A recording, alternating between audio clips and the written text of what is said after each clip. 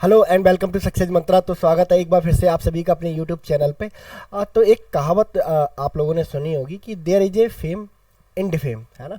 कि अगर देसी भाषा में बोला जाए तो जो नाम तो हुआ ही, बदनाम ही सही, है ना। सो सेम राह पर निकल पड़े हैं हमारे जो अमेरिका के जो करंट प्रेसिडेंट हैं, आउटगोइंग प्रेसिडेंट हैं, जो बाइडन। ठीक है, इन्होंने अपने 4 साल के टेन्योर में कोई भी ऐसा काम नहीं किया जिसके लिए अमेरिका की जो जनता है, अमेरिका की जो पब्लिक है, इन्हें याद रखे। ठीक है, हाँ, एक काम इन्होंने जरूर किया। रशिया यूक्रेन की जो वॉर थी, है ना, जो टाइम से पहले खत्म हो सकती थी, उसको ये इंसाइट करते रहे और जाते जाते इन्होंने, है ना, उस वॉर को इतना इंसाइट कर दिया है कि अब एक यूरोपियन वॉर जो है यूरोप के दरवाजे पे दस्तक देने लगी है। और कभी भी ये जो एक वॉर है, एक रीजनल वॉर है रशिया यूक्रेन के बीच की, वो एक वर्ल्ड वॉर में बदल सकती है। ठीक है, तो क्या काम किया है इन्होंने अभी ऐसा? इन्होंने बहुत पहले यूक्रेन को कुछ मिसाइलें, लॉन्ग रेंज मिसाइल सप्लाई की थी और यूक्रेन को बोला था कि अभी इनका इस्तेमाल मत करना, इनको एज ए डिटरेंस रखो, ताकि रशिया जो है ना आपको और डीप मतलब पेनिट्रेट ना करे, डीप में अटैक ना करे। अगर रशिया आपको डीप में अटैक करता है तो you can use these weapons. ठीक है, तो अभी हाल ही में जो बाइडन है, इन्होंने जाते जाते क्या कर दिया, यूक्रेन को परमिट कर दिया कि भाई आपको जो हमने लॉन्ग रेंज मिसाइल्स दी थी ना, आप उनका इस्तेमाल कर सकते हो और रशिया को अंदर तक हिट करो। यानी कि जो उसके शहर हैं बड़े बड़े, है ना, क्रेमलिन हो गया, मॉस्को हो गया, व्लादिवोस्तोक हो गया, है ना, या फिर जो स्टालिनग्राड है वो हो गया, लेनिनग्राड है वो हो गया, आप जो रशिया के बड़े बड़े शहर है ना, आप उनको टारगेट कीजिए। ठीक है ना। रिजल्ट क्या निकलेगा? रशियन आर्मी अपने शहरों को, है ना, डिफेंड करने में बिजी हो जाएगी और आप जो बहुत सारा एरिया आपका रशिया ने कब्जाया हुआ है, आप उसको वापस ले सकोगे। ठीक है, अब इसके जो इम्पैक्ट हैं, है ना, क्या निकलने वाले हैं, और इसका इम्पैक्ट जो है नजर आना शुरू भी हो गया है ना। रशिया ने कल ही क्या करी है, यूक्रेन पे अब तक की सबसे बड़ी एयर स्ट्राइक रशिया ने कंडक्ट की है। Russia launches one of the most intense air strike, Ukrainian FM report, है ना। लगभग ऐसे बताया जा रहा है कि इसमें 90 लोगों के समथिंग मारे गए हैं। ठीक है, और बैक टू बैक 60 मिसाइल कीप के ऊपर दागी गई, 60 मिसाइल। ठीक है, और ये आने वाले समय में, है ना, अब इस जो बाइडन के डिक्लेरेशन की वजह से ये जो आने वाले समय में ये जो हुआ है ना, इंटेंसिफाइड रशिया यूक्रेन वॉर, जिसकी संभावना जताई जा रही थी कि अब ट्रंप जो है पावर में आ गए हैं और ये जो वॉर है अब थम जाएगी। पूरी जो दुनिया है वो मतलब इस बात को लेकर, है ना, आश्वस्त थी, इस बात को लेकर खुश थी कि चलो अब एक एंड पे तो कम से कम जो वॉर है वो खत्म होने जा रही है। यानी कि इवन जो यूक्रेन के जो प्रेसिडेंट है वोलोदिमीर जेलेंस्की, ठीक है, इन्होंने भी एक्सेप्ट कर लिया था कि अब क्या है, अब मतलब ऑलमोस्ट हम जो है ना, हम लोग एक लॉस्ट बैटल क्या है लड़ रहे हैं। ठीक है, हम क्या करने वाले हैं बहुत जल्दी, अब जब ट्रंप पावर में आ जाएंगे तो हम क्या कर देंगे, सरेंडर कर देंगे। इवन इन्होंने भी मान लिया था, बट जो बाइडन ने जाते जाते इनको भी क्या कर दिया, एक पंप दे दिया कि भाई, है ना, लड़ो।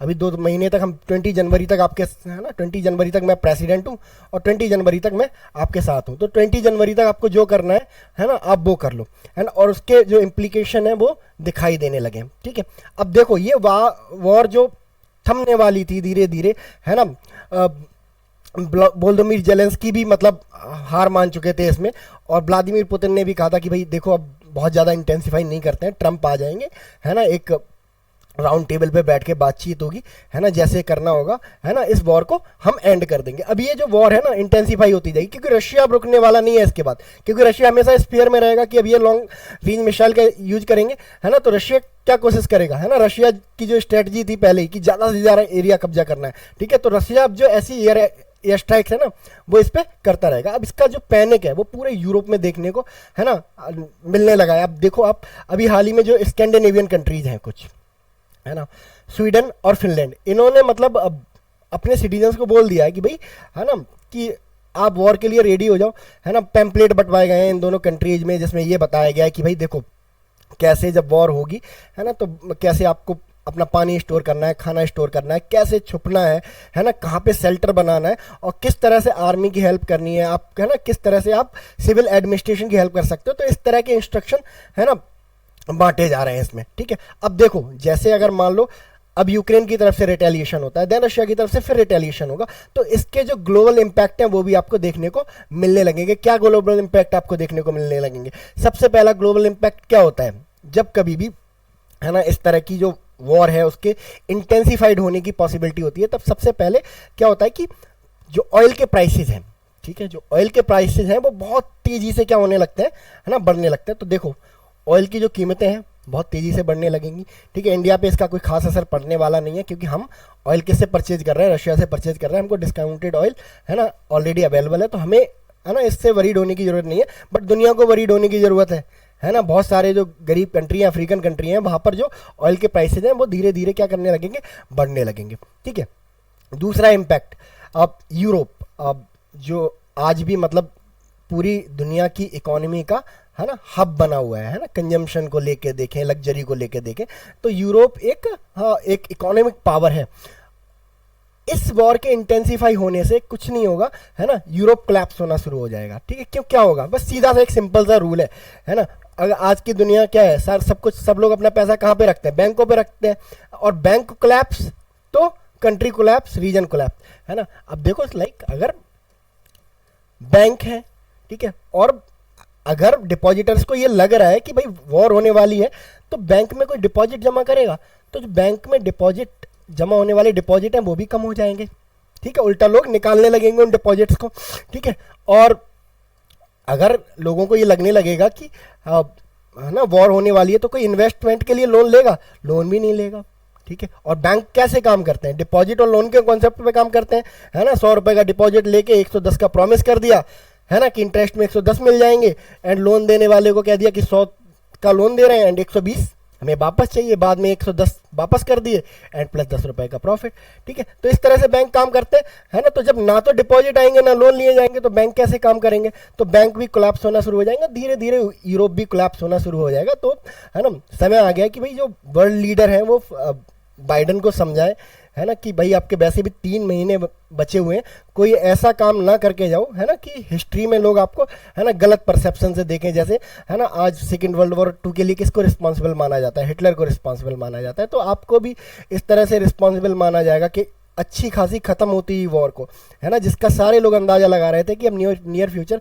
जो खत्म होने वाली है ना, आपने उसको क्या कर दिया, इंटेंसिफाई कर दिया। जेलेंस्की के पास खोने को कुछ नहीं है ना, बस क्या है, वो पर्सन प्रेस्टीज की लड़ाई लड़ रहा है, ईगो की लड़ाई लड़ रहा है। उसे पता है ना, कि वो रशिया से बहुत ज़्यादा दिनों तक नहीं लड़ सकता, है ना, कि रशिया एक ह्यूज कंट्री है, एक बहुत बड़ी मिलिट्री पावर है ना, सेकंड नंबर की सबसे बड़ी मिलिट्री पावर है। आप उससे कैसे लड़ लोगे, है ना। आप 2 साल से लड़ रहे हो उससे, है ना, जस्ट बिकॉज ऑफ, है ना, यूएसए आपको क्या कर रहा है, वेपन सप्लाई कर रहा है, ठीक है।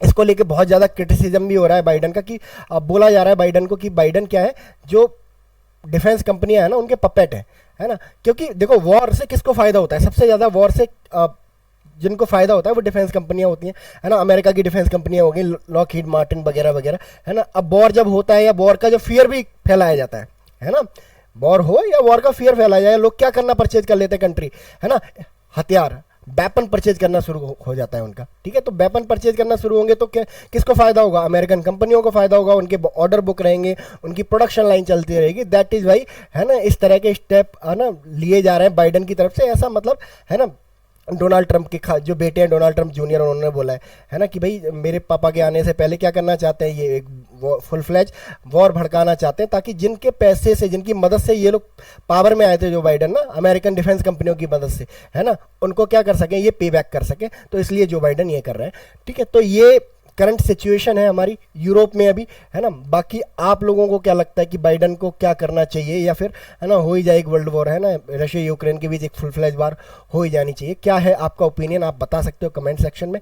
मिलते हैं हम लोग नेक्स्ट वीडियो में, तब तक के लिए thank you so much and God bless you all.